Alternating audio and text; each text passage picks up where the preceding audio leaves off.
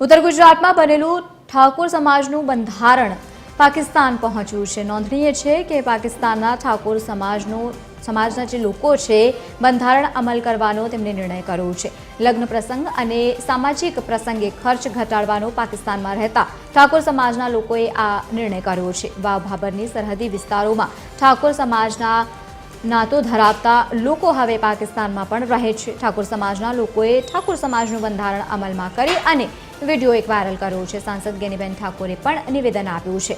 મહત્વનું છે કે પાકિસ્તાનમાં ઠાકોર સમાજમાં જે પણ લોકો છે ઠાકોર સમાજના ખાસ કરીને તે લોકો જે રહે છે તે લોકોએ પણ બંધારણનો અમલ કર્યો છે। પારકર થર પારકર કહેવાય છે, જે વિસ્તાર છે થર પારકર, ત્યાં ઠાકોર સમાજના લોકો અમારા જે સગા સંબંધીઓ થરાદ, વાવ, સોયગામ, ભાભર, મોરબી સહિતના ઘણા અમારા સ્નેહીજનો ત્યાં વસવાટ કરે છે ઠાકોર સમાજ।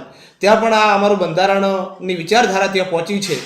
આજે અમારે વિડીયો કોલથી એમની જોડે ચર્ચા થઈ અને એમણે અમારી જોડે પણ ચર્ચા કરી છે કે જે ખરેખર ઠાકોર સમાજનું બંધારણ ખૂબ જરૂરી છે। અત્યારે વધતી જતી મોંઘવારીમાં ઠાકોર સમાજ શિક્ષણ તરફ આગળ વધે અને કુરિવાજોથી સમાજ દૂર થાય એના માટે કરીને પાકિસ્તાનની અંદર પણ એક મિટિંગ મળી હતી ને એની અંદર પણ ઠાકોર સમાજનું બંધારણ એ લોકોએ એમના જે કંઈ કુરિવાજો હતા એ કુરિવાજો દૂર કર્યા છે।